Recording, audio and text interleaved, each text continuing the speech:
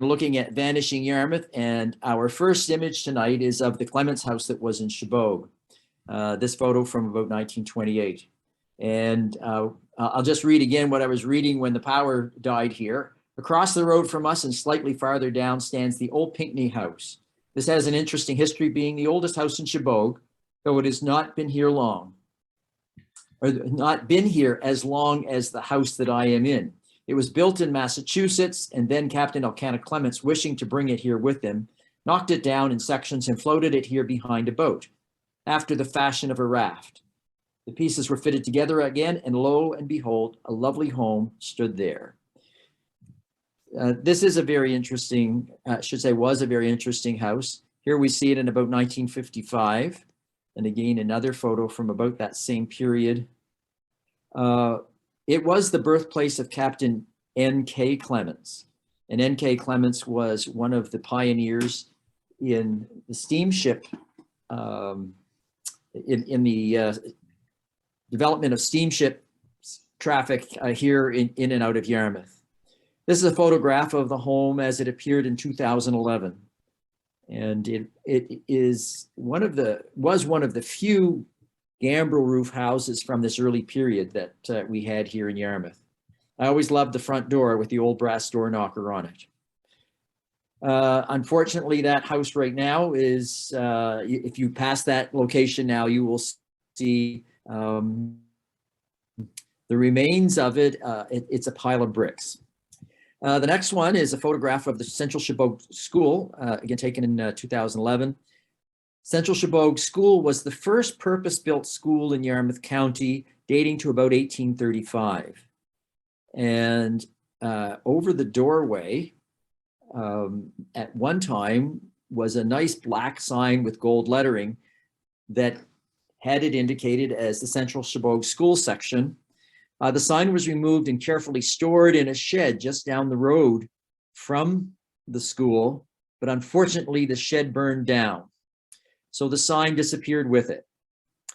The school building was purchased by architect Brian McKay Lyons, and it has been reconstructed in a similar way to the Pinckney house on his property down in Lunenburg County. So the building still exists today, and it can be rented in the summer as a bed and breakfast. But it was a really interesting building. As a young person, I was able to go there after a sleigh ride in Chebogue, and I remember having hot chocolate. And I'm guessing that many of the school benches that were in that building can still be found in some of the old homes in the area. There's the front door with those lovely columns on each side. And in that space between was where the sign was located.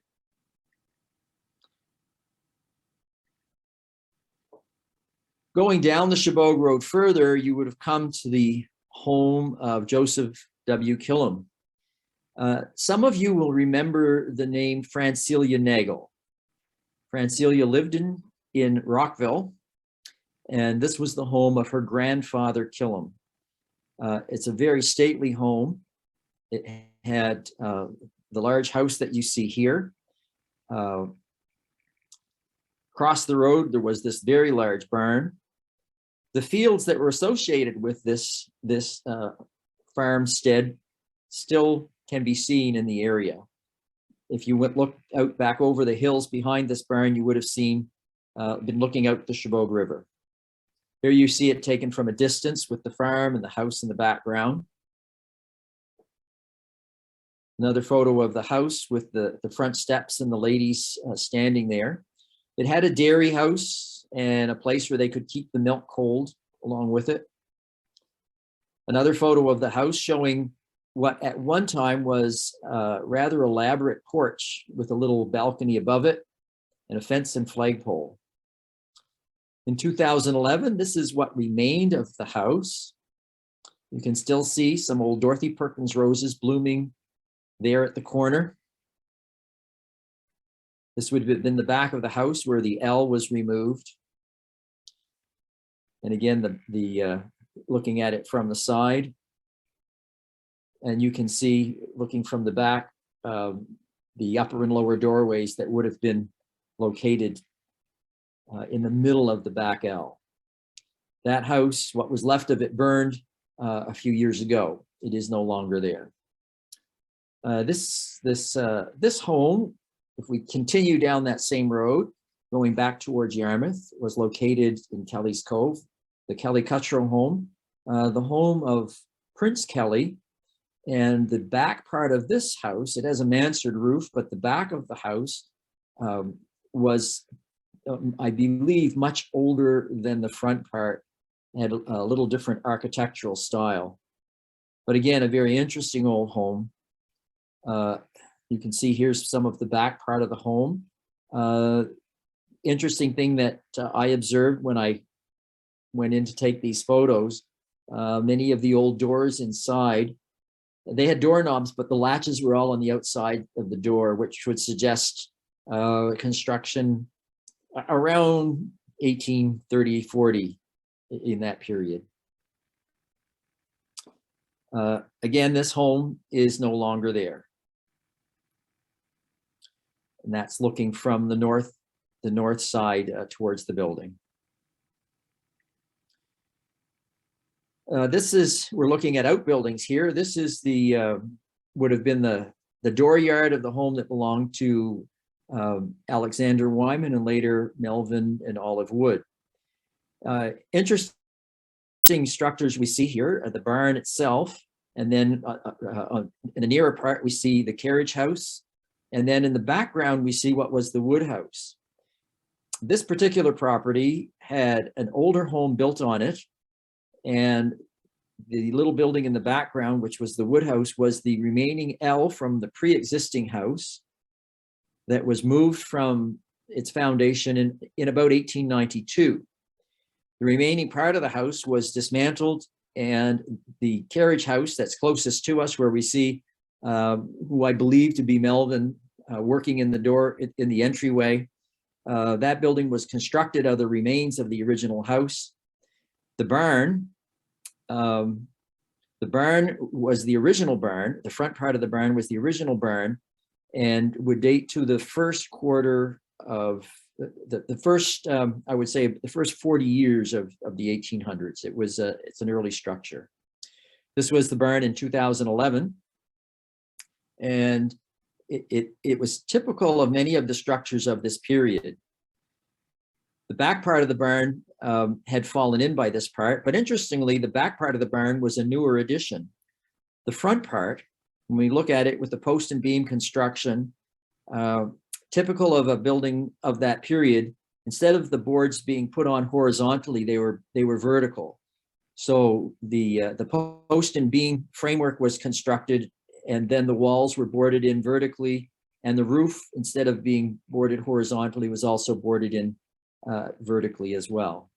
You can see it again in this photograph, showing the haymows of the building just prior to it collapsing. There's another view of an end wall, again with the vertical boarding, and it's a board and batten that you see. So the outside boards were nailed on to the framework, and then to keep the draft out, you had boards nailed on the inside of them to fill the cracks. Another view of the roof with those that post and beam construction and the vertical boarding. And this is the carriage house that was built from the remnants of the previous house. The back windows of the carriage house were salvaged from the demolition of a church here in the town of Yarmouth, and I suspect it might have been the KELLEY-COTTREAU meeting house that was located on the grounds of what is now the public library. Located in the same property is this little building that was the Salem post office.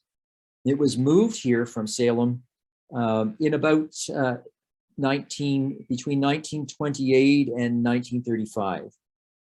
And while the barn and the carriage house are gone, this little building still remains. We now head to South Ohio, and we take a look at Patten's Mill. And the structure of this old bridge in this old photo, I think, is remarkable, because Throughout Yarmouth County, these arched bridges with the keystones holding that arch structure together were commonly found at one time, and there are very few of them remaining. Another view of Patten's Mill in the same location. This would have been at a time when it was receiving logs and in operation. And here we have it in about 2011. Another view of the mill, what was left of the mill in 2011. You can see where the water would have flowed underneath to turn the gears, to turn the water wheel that would have powered the saw inside the mill. Another view of the exterior.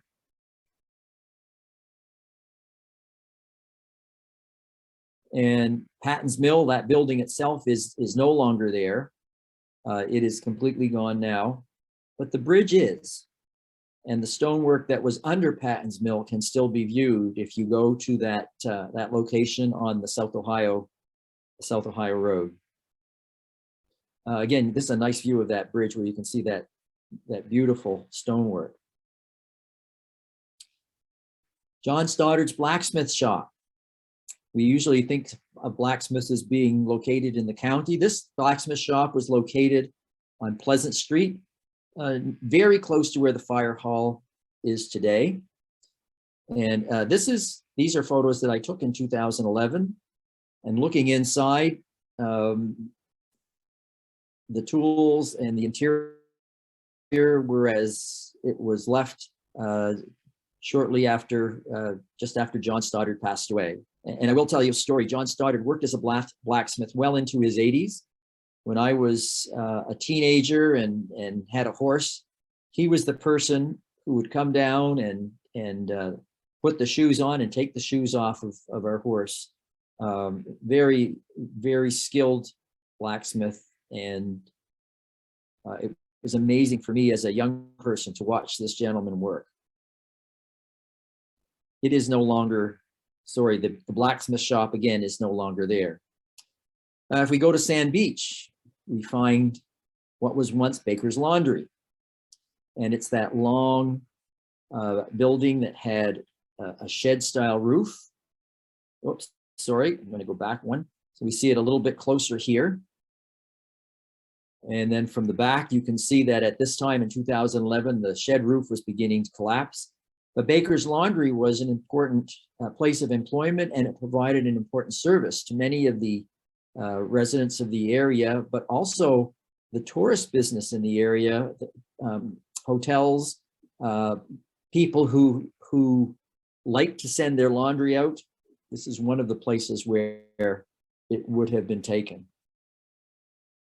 That part of the building is now completely gone, but I am happy to say that the house and the barn associated with it are still there and are in good repair.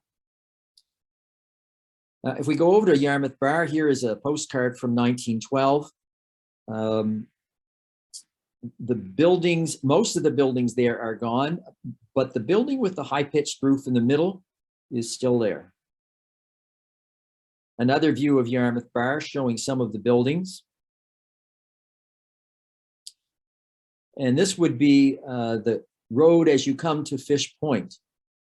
The building on the left was located right at Fish Point, where the monument that is maintained by the Historical Society, and I have to say, I've got to give Mike Cunningham the credit for all the work that's been done there in the last year or so. So that's where that building is located, right on the site of that monument. On the right, you'll see a photograph or an image of Stanwood's Inn that operated for many, many years in that location. Again, a very, very early building, probably dating to about between 1810 and 1820. Again, going across Yarmouth Bar, we have some of the little residences and the little buildings that were there. This is 2011, this particular building, and I'm happy to report that this building has been saved. Dave Bashara was able to purchase it, and he has restored or renovated it so that it is currently still standing. and is used by his family as they visit the shore. Going just down the road, again, another one that is in that location with a little gambrel roof. This one as well has been purchased and has been saved from demolition, and is likely to be there for a much longer period.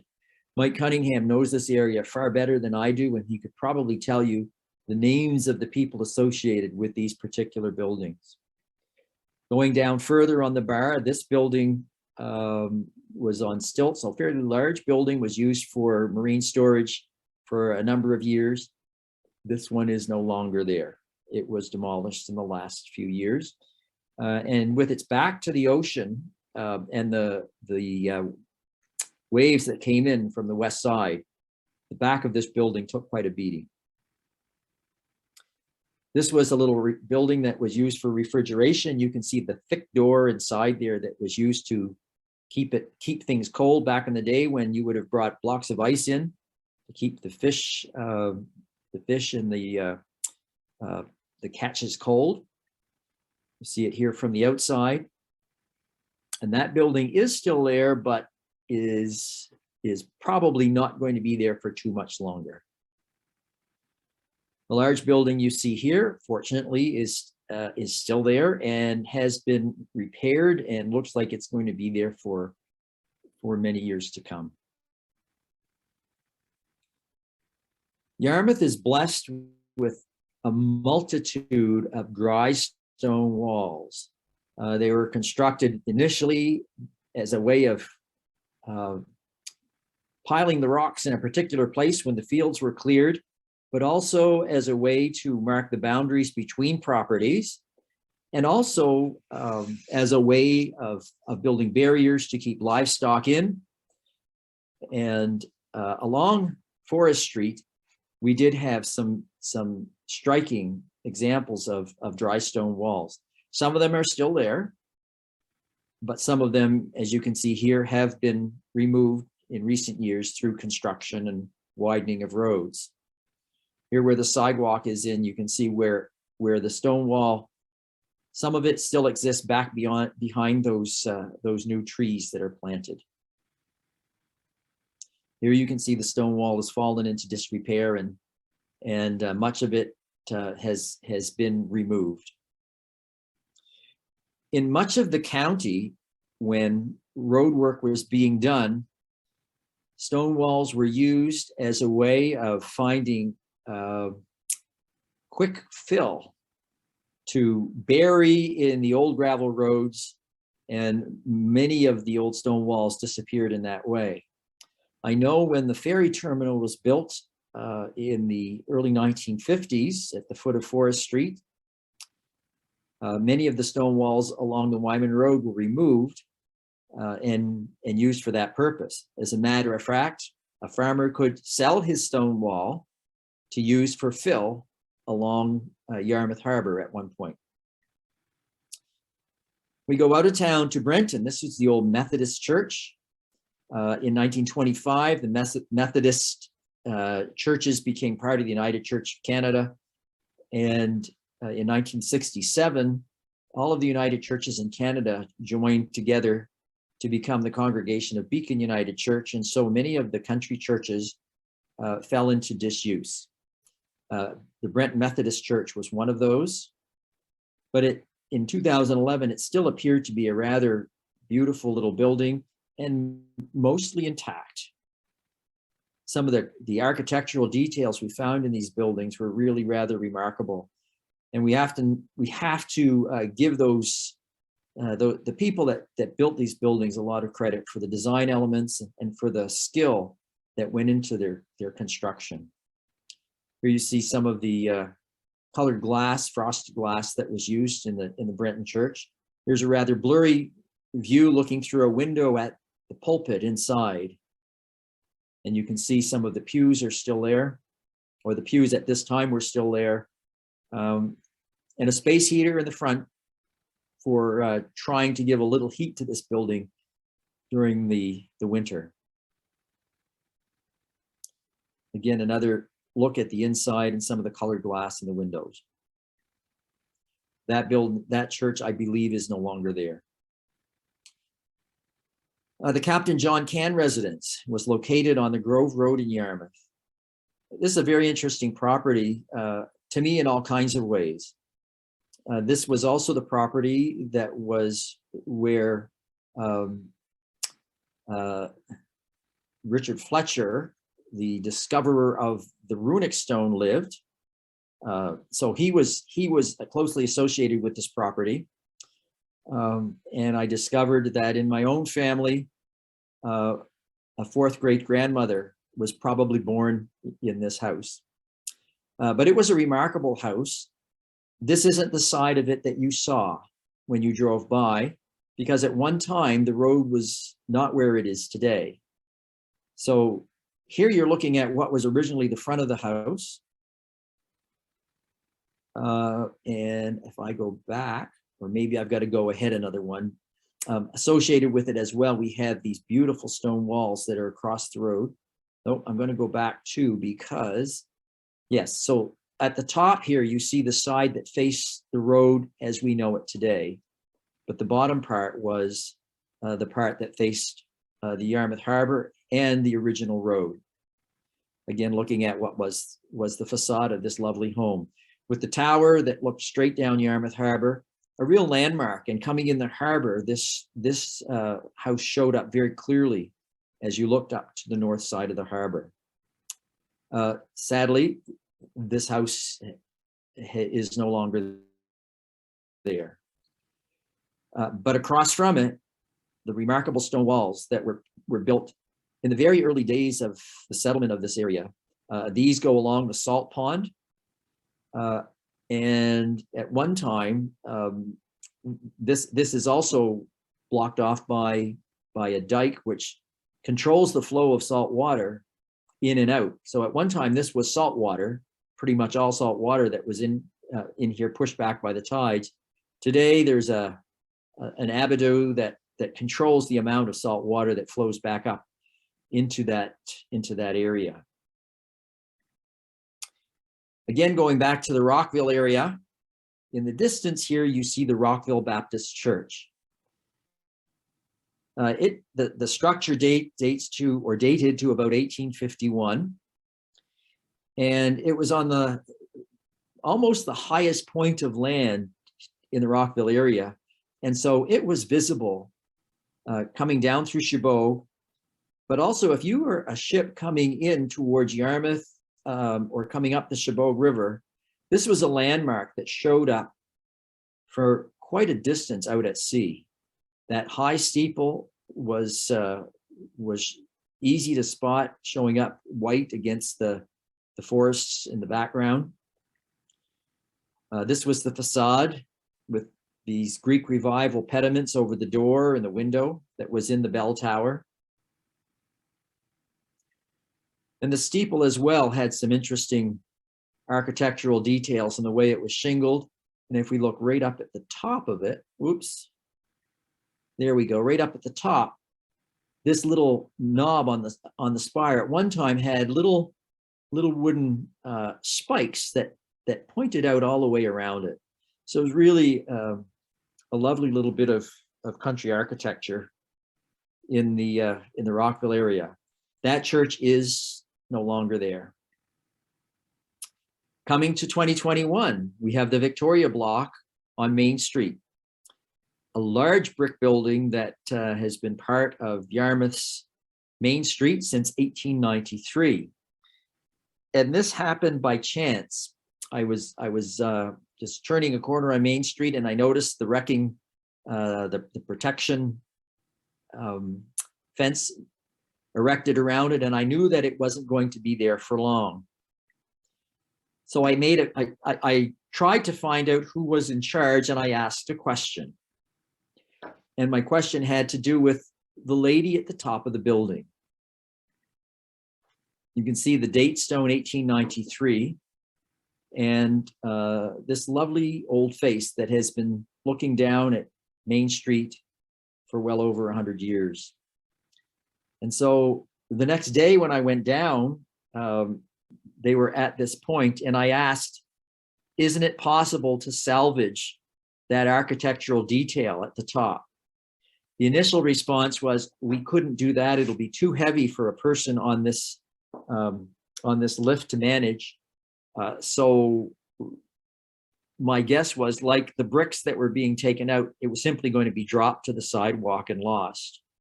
But as Providence would have it, I guess, maybe I asked the right person. Maybe it was our town engineer, Mark Brophy, who pushed a little harder, and the lady from the Victoria block has been saved. So she is now with the Yarmouth Public Works. My question to the foreman at the time was, couldn't that be saved for our museum? And again, the immediate response was not really, because it's just too difficult to get down. But in the end, she was saved. She has some minor damage, but at some point, I expect to see her either in the museum or in some other place where she can be enjoyed by the public. We also have some good news stories, and those have to do with buildings that have been rescued. The Congregational Church of Chebogue, again, what became a United Church in 1925, but had no congregation meeting there since 1967. But having said that, the Congregational Church of Chebogue Preservation Society has been formed to maintain this building. There was a meeting held there at one point to try to come up with a decision about what to do with the building, and the community was invited. There were some proposals put forward. One was to turn it over to a community group to use as a community hall, to simply sell it, to tear it down and put a memorial in its place. But the people who gathered there said, we want it maintained so that it can be used as a place of worship. Now that's challenging when there is no congregation, but the Congregational Church of Chebogue Preservation Society has been fortunate enough to get enough support, and through someone, namely my younger brother, who is willing to write the grant applications to assist with the maintenance of this building. It's a significant church in that it is the remaining church of the first congregation that met here after the settlers arrived in 1761. It's also that was also the congregation of Jonathan Scott, who is remembered for being a very stern preacher, but also an extremely influential individual in the early days of the settlement of Yarmouth. And many of his family members are buried in the Chebogue Cemetery. He himself went on to serve a congregation in Minot, Maine. And Jonathan Scott, as far as we know, was the first formally ordained Protestant minister in the province. The houses on Parade Street that we're all familiar with have been purchased and lovingly cared for.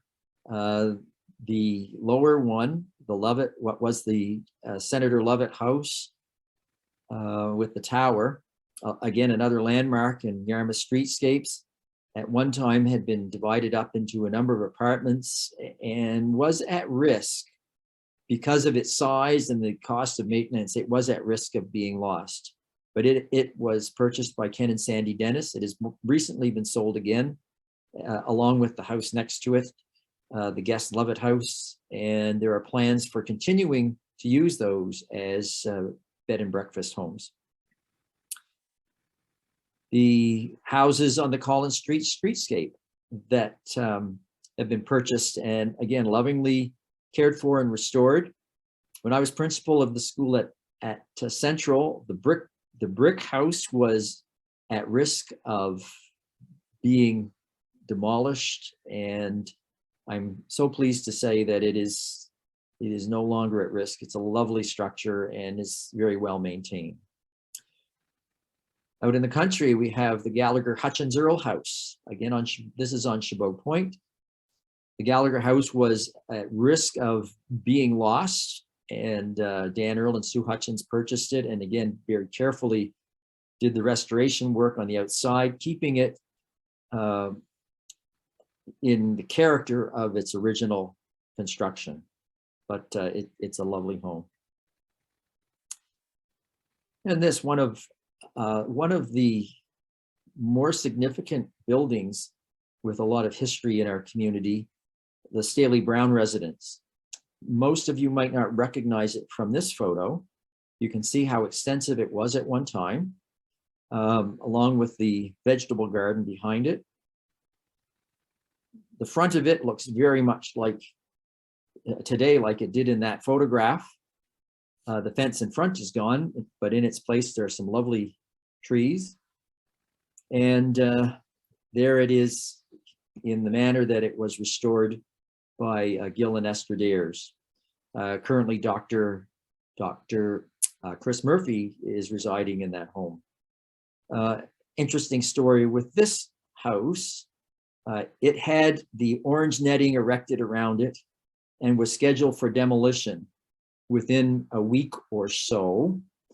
The story, and I don't think Gil will mind me telling you this, Gil and Esther were looking for the most amazing trees in town. And I believe it might have been Jim and Kathy Stockman that said, oh, we've got a tree to show you. So they showed them the trees that were on this property, but in the meantime, they happened to see the house. And Esther's reaction was, we can't let this go. So they poured their heart and soul into rescuing the house and restoring it. And it is a lovely, lovely property on Vancouver Street. So one of the things, whoops, I'm going to go back. I didn't mean to do that. One of the things I'm going to suggest to all of you, we all carry cameras in our mobile phones. And so when you are out and about and you happen to see a building that you think might be at risk of being lost, take time to document that building. Take a few shots with your cell phone and then share those. Keep them somewhere so that these wonderful structures that we have in Yarmouth County can be remembered and enjoyed in years to come, even if it's only in a photographic record.